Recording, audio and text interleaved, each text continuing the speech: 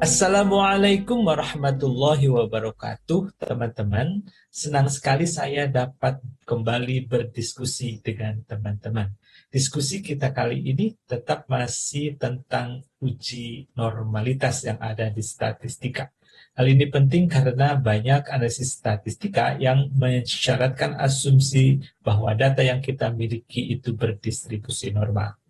Dalam video kali ini akan saya bahas bagaimana kita melakukan analisis atau menguji normalitas sebuah data dengan menggunakan cara secara manual, tidak menggunakan bantuan alat aplikasi statistika yang sudah ada. Hal ini penting, paling tidak di tahap ini kita akan mencoba memahami bagaimana uji normalitas itu dilakukan. Sehingga dengan demikian, kalau kita paham, ketika kita menggunakan aplikasi statistika tertentu dan mendapatkan output dari aplikasi tersebut, kita sudah memahami ataupun dapat mengerti arti dari output-output yang dihasilkan di aplikasi tersebut. Teman-teman, mari kita mulai diskusi kita kali ini. Dan kita akan mencoba mendiskusikan tentang konsep uji normalitas data dengan menggunakan Shapiro-Wilk Test. Apa dan bagaimana tentang konsep ini? Mari kita diskusikan tahap demi tahap. Namun demikian, sebelum kita mulai, jangan lupa untuk selalu menyertakan niat yang kuat, serta selalu berdoa agar apapun yang kita bahas, dan kita akan mendapatkan pemahaman yang mumpuni dari apa yang kita pelajari kali ini. Teman-teman, jadi ada dua pakar statistika, yaitu Samuel Sanford Shapiro dan satu lagi adalah Martin B. Wilks, dan mereka pada tahun 1965 menggagas atau menghasilkan apa yang disebut dengan the Shapiro-Wilk Test. Mereka menghasilkan konsep ini dan ini terkait dengan normality test. Statistik yang mereka hasilkan untuk menguji normalitas data ini menggunakan statistik W sama dengan B kuadrat per SS. Apa itu B kuadrat? Apa itu SS? Mari kita bahas berikut ini. Nah, kita lihat dulu, misalnya ada persoalan seperti ini, dan kita diminta untuk menguji apakah set data yang kita miliki ini berdistribusi normal atau tidak. Artinya, apakah data yang kita miliki tersebut berasal dari populasi yang berdistribusi normal atau tidak.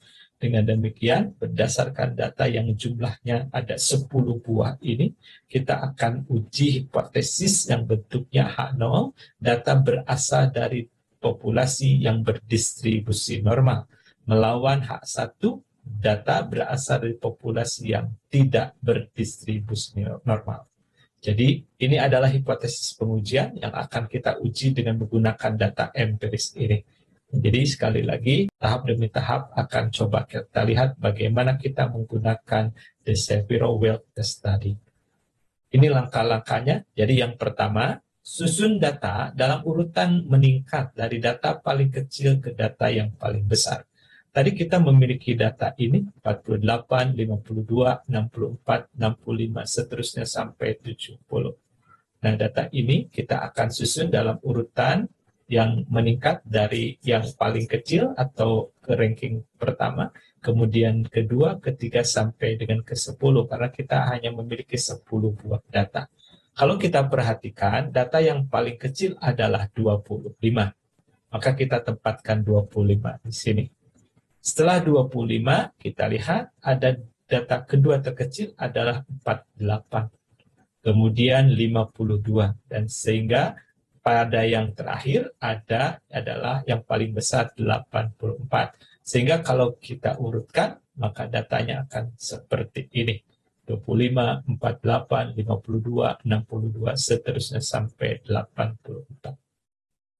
Setelah data tersusun dari yang paling kecil ke yang paling besar, apa yang kita lakukan? Pada tahap kedua, kita akan menghitung nilai jumlah kuadrat atau sum of squares dari data dengan menggunakan rumus SS. Jadi ini SS yang tadi yang ada di bawah atau sebagai pembagi sama dengan sigma I sama dengan 1 sampai N dari XI min X bar dikuadratkan.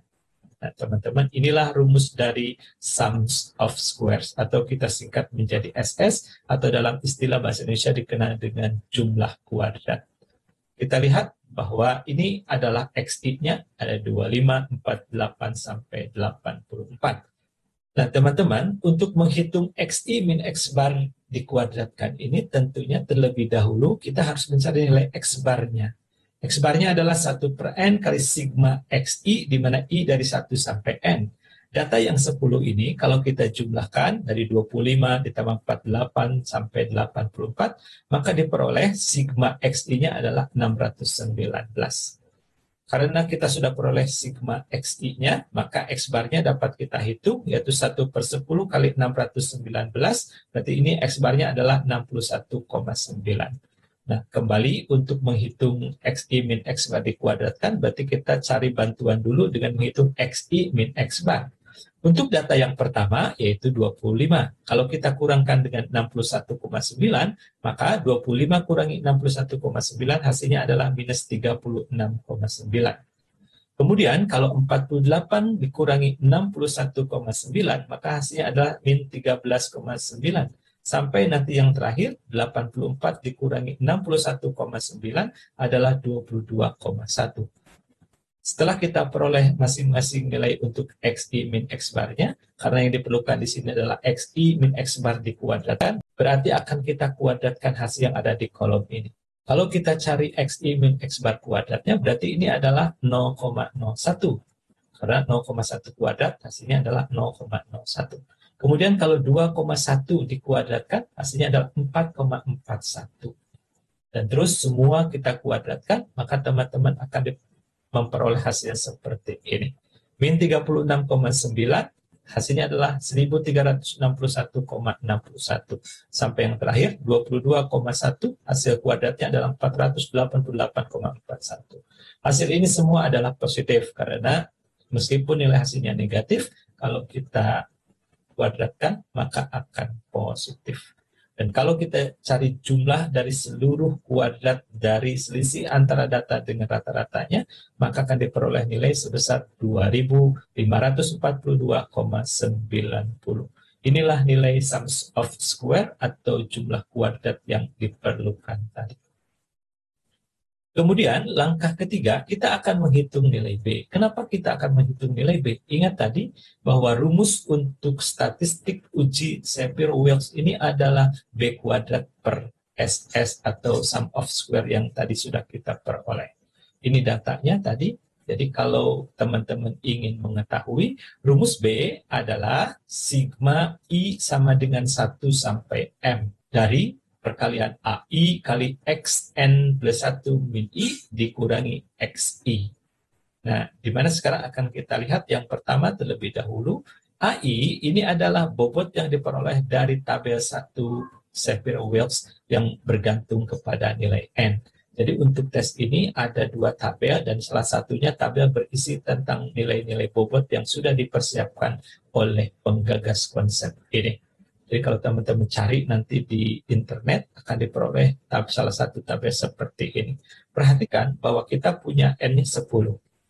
Nah di sini 10 itu berarti punya bobot atau punya nilai A1, A2, A3 sampai A5. Dan ini dari mulai 0,5739, 0,3291, 0,2141, 0,1224, dan 0,0399. Jadi kalau teman-teman salin, AI-nya ada 5 bobot atau 5 angka yang kita peroleh dari tabel tersebut. Dari mulai 0,5739 sampai 0,0399. Nah, jadi ini ada 5, kita indekskan, I-nya adalah dari 1, 2, 3, 4, sampai 5. Nah, kemudian teman-teman perhatikan, di sini juga ada nilai M. Nilai M itu apa? Nilai M itu sebenarnya adalah nilai yang kita peroleh didasarkan kepada data yang kita miliki. Teman-teman, M itu akan sama dengan N per 2 dalam kondisi N-nya genap. Dan M itu akan berharga N plus 1 per 2 jika N-nya adalah ganjil. Perhatikan, karena kita memiliki N-nya adalah 10, berarti dia genap. Maka akan dipergunakan rumus ini. Nah, dengan N sama dengan 10, maka kita akan hitung M sama dengan 10 per 2 atau sama dengan 5. Jadi penjumlahan ini akan bergerak dari I sama dengan 1 sampai M, berarti M-nya 5. Pas atau sesuai dengan jumlah bobot yang kita peroleh dari tabel tadi adalah sebanyak 5.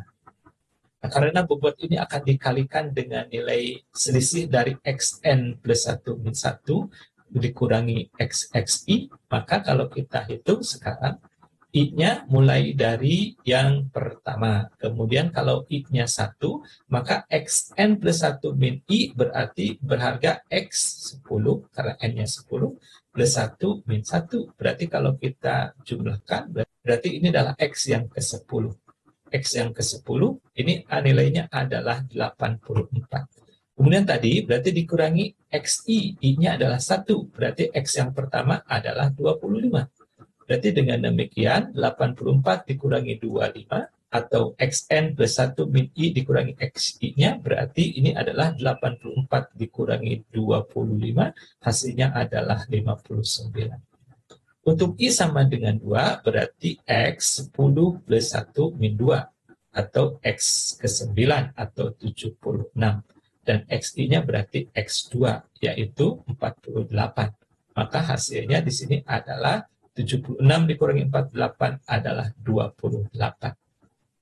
Untuk I sama dengan 3, maka ini adalah X10 plus 1 min 3 atau X ke-8, yaitu 73. Dan XI-nya atau X3-nya adalah 52. 73 dikurangi 52 adalah 21. Untuk I sama dengan 4, berarti ini adalah X10 plus 1 min 4. Atau X yang ke-7, ini adalah 70. Dikurangi X yang keempatnya adalah 62. Berarti ini hasilnya adalah 8. Seterusnya, yang terakhir, ini adalah X 10 plus 1 min 5 atau X ke-6, yaitu 65. Sedangkan XI berarti X yang kelima adalah 64. Dan hasilnya ini adalah 1. Nah, kita sudah peroleh nilai dari Xn plus 1 dikurangi I dikurangi XI. Nah, kemudian berarti kita akan kalikan dengan bobot ini. Kalau teman-teman kalikan, berarti AI kali Xn plus 1 min I dikurangi XI, berarti kita akan kalikan 0,5739 kali 59. Ini akan berharga 33,8601. Selanjutnya untuk 0,3291 kali 28 adalah 9,2148. Seterusnya sampai yang terakhir 0,0399 kali 1 hasilnya adalah 0,0399. Kalau teman-teman jumlahkan, karena kita memerlukan nilai sigma I dari 1 sampai M dari AI kali Xn plus 1 min I kurangi XI adalah 48,5901. Dan ini adalah nilai dari B yang kita cari tadi. Setelah kita peroleh nilai B, maka selanjutnya kita dapat menghitung nilai W, yaitu B kuadrat per SS, di mana B-nya tadi 48,5901 dibagi nanti 2542,90 atau sama dengan 48,5901 kuadrat dibagi 2542,90. Ini adalah 2360,9978 dibagi 2542,90 atau sama dengan 0,9284664. Dan kalau kita ambil 4 desimal, W-nya adalah 0,9285. Jadi statistik Shapiro-Wilk test yang kita berhasil menghitung kita adalah 0,9285. Teman-teman, setelah kita peroleh nilai statistik uji Shaper-Wilks W yang dari data yang kita miliki, maka selanjutnya kita akan ambil keputusan dari pengujian yang sudah dilakukan.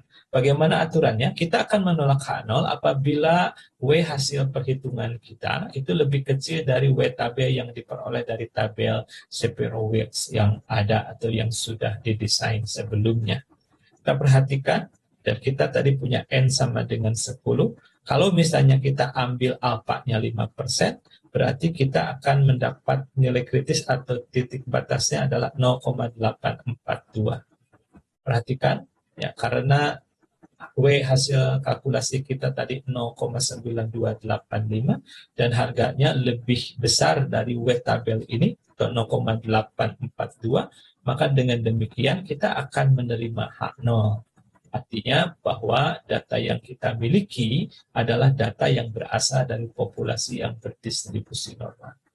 Jika teman-teman akan mencari nilai yang kita sebut sebagai p-value atau tingkat signifikansi berapa yang menjadi batas dari pengujian yang sudah kita lakukan, dapat melakukan cara seperti ini. Perhatikan teman-teman untuk baris 10 ini. Dan tadi kita sudah memperoleh statistik Shaper-Wilks dari menghitung kita adalah 0,9285. Karena tidak ada nilai yang pas 0,9285 di tabel ini, perhatikan nilai ini ada di antara alfa atau nilai P berapa. Perhatikan nilai P yang di atas ini. Nah, berarti kita akan melihat bahwa 0,9285 itu akan berada di antara P antara 0,1 sampai 0,5. Karena yang 0,1 0,869, sedangkan yang 0,5 adalah 0,938.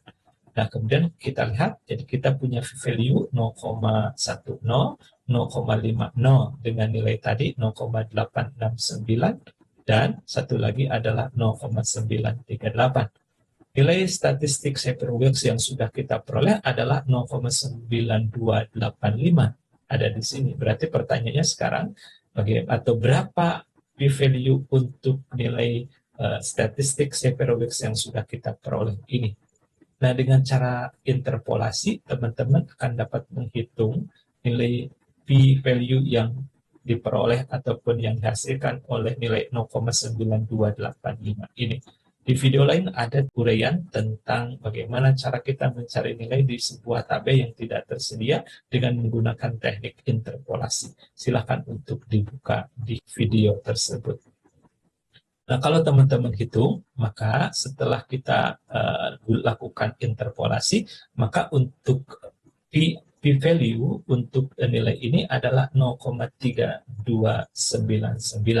Perhatikan, 0,3299 memang ada di antara 0,10 dan 0,50. Apa ini artinya? Bahwa alfa ataupun tingkat signifikansi dari pengujian data yang kita miliki adalah 0,3299. Ini p-value-nya. Dan karena kita umumnya secara konvensional suka membandingkan dengan nilai alfa 1%, 5%, atau 10%. Dan kalau kita ambil alfa 5%, maka p-value yang kita hasilkan ini nilainya lebih besar daripada 0,05. Dengan demikian dapat disimpulkan kalau kita berpatokan kepada nilai alfa sama 0,05, berarti pengujian ini tidak signifikan. Kalau tidak signifikan, artinya kita akan menerima H0. Oke teman-teman, mudah-mudahan uraian ini dapat dimengerti. Sekali lagi mudah-mudahan menjadi ilmu yang barokah bagi teman-teman. Paling tidak memahami bagaimana cara perhitungan ataupun cara menguji data yang kita miliki dari sisi normality testnya ataupun tes kenormalannya dengan teknik ataupun dengan konsep tes dari Shaper-Wilks secara manual. Tahap demi tahap sudah kita bahas dan mudah-mudahan bermanfaat bagi teman-teman. Kalau teman-teman merasakan manfaatnya, silakan untuk disebarkan kembali kepada teman-teman lain yang sekiranya memerlukan. Mudah-mudahan dengan cara tersebut, ilmu yang teman-teman miliki juga semakin barokah. Mohon maaf apabila ada kesalahan dalam penyampaian. Sekali lagi, terima kasih banyak. Wassalamualaikum warahmatullahi wabarakatuh.